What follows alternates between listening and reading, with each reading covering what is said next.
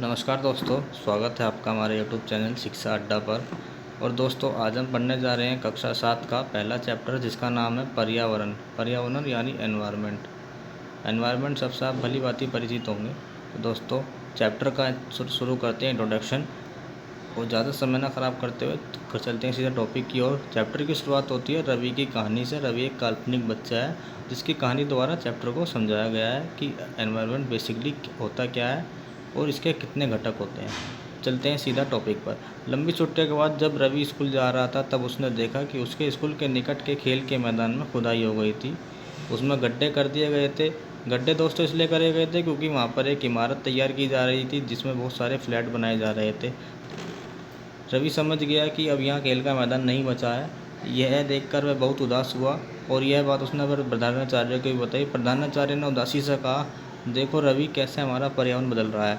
कक्षा में पहुंचकर रवि ने अपने शिक्षक से यह बात पूछी कि सर, पर्यावरण होता क्या है। तभी शिक्षक ने कहा, हमारे आसपास जो भी आप देखते हो अपने आसपास, वह सभी पर्यावरण है। शिक्षक ने रवि को बताया। रवि कहने लगा, इसका मतलब तो सर ये है कि स्कूल का भवन, मेज, कक्षा में रखी कुर्सियाँ, यहाँ तक कि खुला मैदान, सड़क, कूड़ा करकट, मेरे दोस्त, ये सभी हमारे पर्यावरण के अंग हैं। इसका मतलब तो सर ये हुआ। शिक्षक ने कहा, बिल्कुल सही कह रहे हो, लेकिन इसमें भी अंतर होता है रवि। अंतर क्या होता है मैं बताता हूँ आपको। इनमें भी दो तरह के पर्यावरण होते हैं। प्राकृतिक पर्यावरण जैसे पर्वत, नदियाँ, पेड़, प्राणी, जबकि अन्य का निर्माण मानव ने किया है जिनको मानवीय पर्यावरण कहते हैं, जैसे सड़क, कार, कपड़े, किताबें आदि। तो रवि, दो तरह के पर्यावरण आपके पर्यावरण होते हैं। दोनों ही ये हमारे पर्यावरण के घटक हैं और दोनों ही उपयोगी हैं, क्योंकि अगर प्राकृतिक पर्यावरण नहीं होगा तो जीवन संभव नहीं होगा पृथ्वी पर।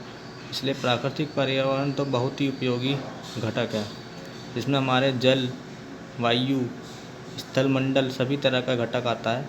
और आज की अगर मैं बात करूं आज के युग की, तो हमारे लिए मानवीय पर्यावरण भी उपयोगी है।